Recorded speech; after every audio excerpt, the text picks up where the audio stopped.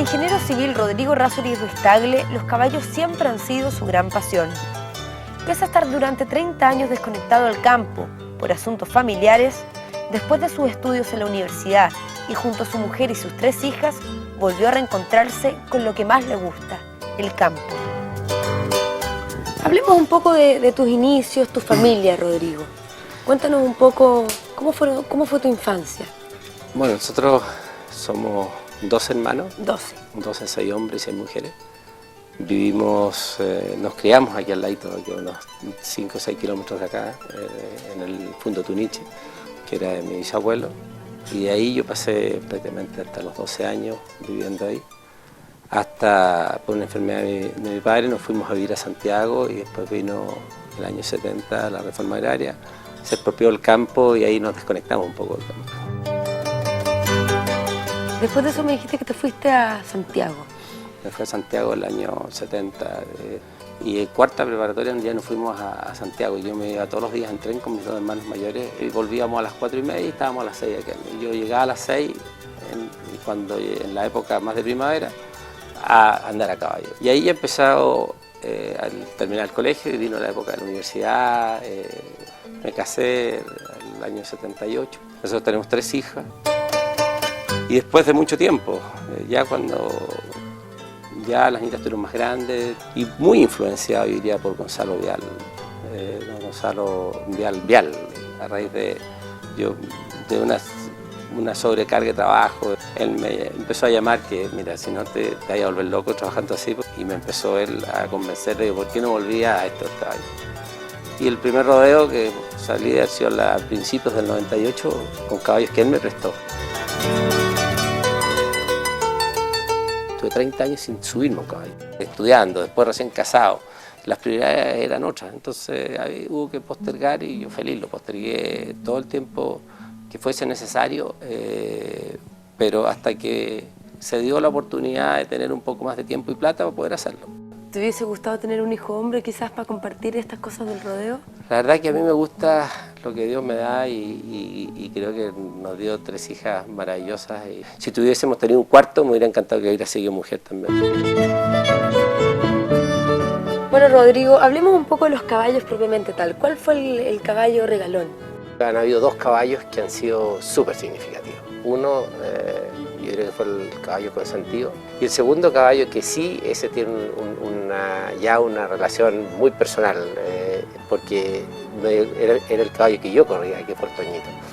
El Toñito fue un potro espectacular. La verdad que con él gané rodeos importantes, como el rodeo Payaco, llegamos al campeonato nacional, llegué con él 3 veces al campeonato nacional, a la final en ese caballo. Y además tuve el gusto de ganar el clasificatorio de Rengo corriendo ese caballo. Y la verdad que el caballo estuvo espectacular, tenía 16 años y era un caballo fantástico. Oye, Rodrigo, tú tienes un criadero que es el criadero Mancay. ¿Cuántos caballos tienes? Mira, los caballos, la verdad que yo siempre he planteado que los caballos uno los quiere, los goza, se entretiene con ellos, pero nunca los cuenta. La verdad que nunca los cuenta. No, pues ¿para qué va a estar? No vale la pena contarlo, es mejor gozarlos y entretenerse con ellos. ¿Qué características debe tener un caballo para que sea un buen corredor, un buen corralero? Yo diría que muy buen genio y rápido. Y tener muy buen genio para poder ir aprendiendo lo que requiere para con eso ir amaestrándose para correr. Con esos atributos yo creo que ya un caballo, tú logras que tenga buena boca, tú logras que se desplace bien, después en su momento que empiecen a atajar, pero creo yo que la velocidad y el genio de los caballos es fundamental para que tengan un futuro corralero importante. Rodrigo, hablemos un poco del rodeo en Chile.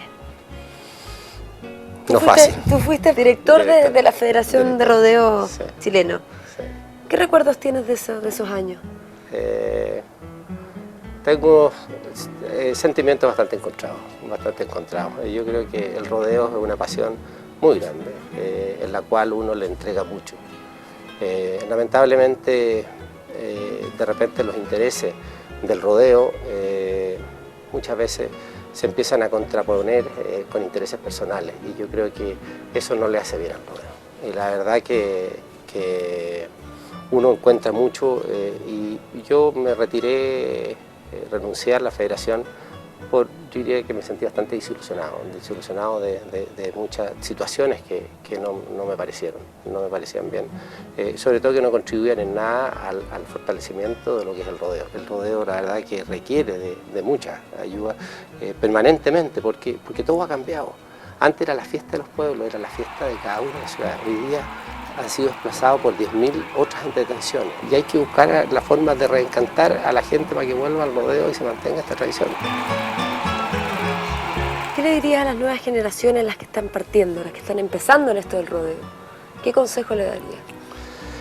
Paciencia, y que vayan al rodeo a pasarlo bien. El rodeo, el que piensa y va al rodeo a competir, no lo pasa bien. ¿Te sientes guaso? Absolutamente, sí. Y para que veas tú de las cosas curiosas, a mí, a pesar de haber estado alejado, yo siempre en la universidad fui el guaso Errázuriz. Cosa curiosa. El guaso Errázuriz. Sí.